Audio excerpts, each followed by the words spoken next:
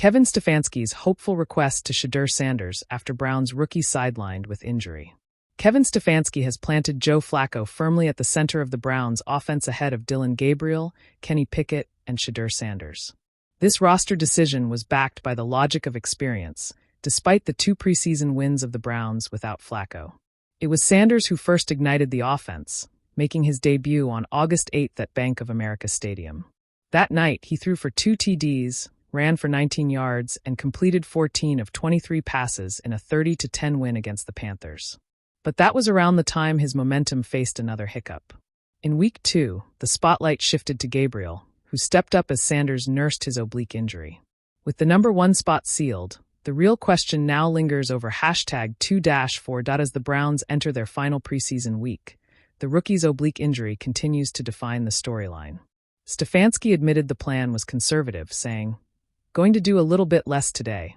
Give him a break and see how it responds, and then see how he's feeling for tomorrow." That cautious approach kept Sanders out of live action again.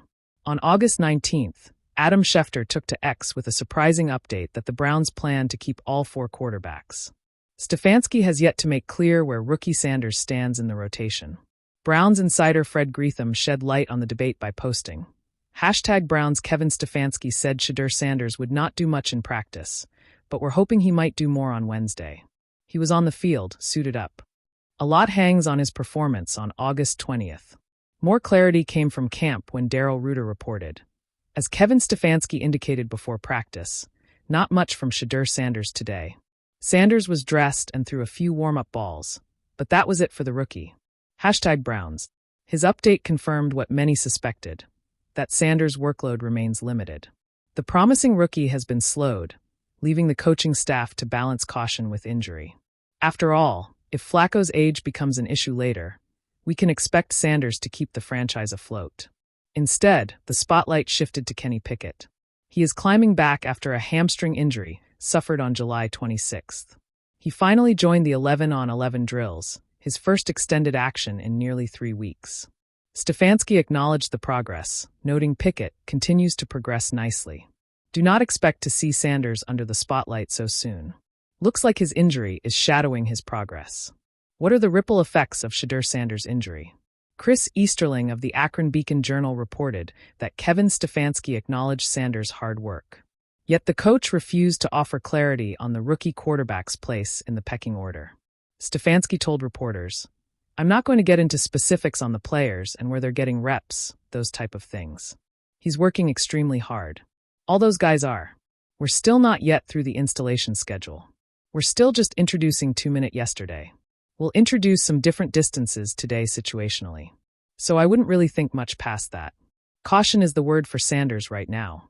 Cleveland remains unwilling to risk further damage by pushing Sanders onto the field too soon. Stefanski expanded on the challenge of his injury, saying, "When it's a quarterback, you kind of need that muscle to throw. So, unfortunately, going to put him down for a little bit here. We'll treat it day to day and see how he responds. But want to be smart because he's a thrower, so you can't push that thing." The Browns know a setback could derail the rookie's progress. Sanders' absence has left the spotlight shining on Dillon Gabriel. The rookie was given genuine first-team snaps in practice, though the experiment faded quickly. By the conclusion of joint sessions with Philadelphia, concerns had surfaced. Draft analyst Tony Pauline noted, "Sources at practice tell me it seems as though Gabriel is purposely looking to leave the pocket, despite the design of the play, and that's not a good thing." For Cleveland, that habit raised new doubts about his readiness for live game speed. The Browns' quarterback depth chart has taken repeated blows, leading to the emergency signing of Tyler Huntley. That move underscored the instability and the need for a reliable option. Gabriel still appears unsettled in the pocket, his reads inconsistent, his timing unsteady. And Sanders? His oblique continues to hold him back. For now, the rookie remains a question mark, and his path to meaningful snaps has been delayed. The hallway outside the Browns' training room always smelled faintly of wintergreen and laundry detergent, a cold, clean scent that clung to shoulder pads and whispered of Sunday. Shedeur Sanders sat on the vinyl bench with his hoodie half-zipped, a bag of ice melting slow as a clock on his ankle. The hum of the hydrotherapy machines sounded like a faraway stadium, white noise, with the ghost of a roar folded inside. He tried not to look at the taped bulletin board across from him. Depth charts, practice scripts, travel plans. Everything neat, tidy, marching forward without him. He wanted to stand up. He wanted to sprint. Mostly, he wanted to forget the way the turf had rolled under his shoe like a bad dream, turning a step into a wobble and a wobble into a twist that sent him to the ground with a sharp inhale and a sharp silence around him. The door opened. Kevin Stefanski stepped in with the measured calm of a man who had seen September storms and January skies both. He leaned against the frame for a beat, as if to ask permission with his quiet. Shedeur sat up straighter. "How's the ice?" Stefanski asked. "Cold," Shedeur said, and it got a small smile out of the coach. Stefanski had the kind of smile that didn't always show up on his mouth.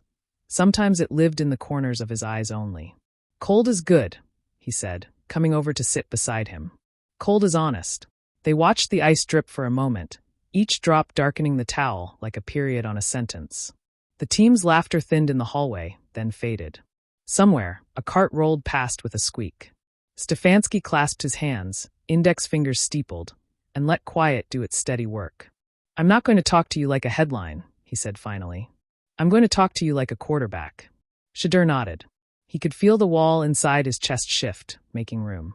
"First thing," Stefanski said, "I know you're angry. That's good. You care. But we're going to do something with that anger. We're going to shape it." He pointed with his chin toward the bulletin board. "That board, it moves every day, sometimes for talent, sometimes for health, sometimes because the game is just a strange, beautiful thing. You don't control the pins and string. You control your response." "Coach, the words caught. He hated how young he sounded. I felt like I was finally timing rhythm. The offense was breathing with me. And then life said, check down," Stefanski replied, another small smile. "So here's my request. My hopeful request, if you want to call it that." He turned to face him fully, voice low and certain. "Stay in it."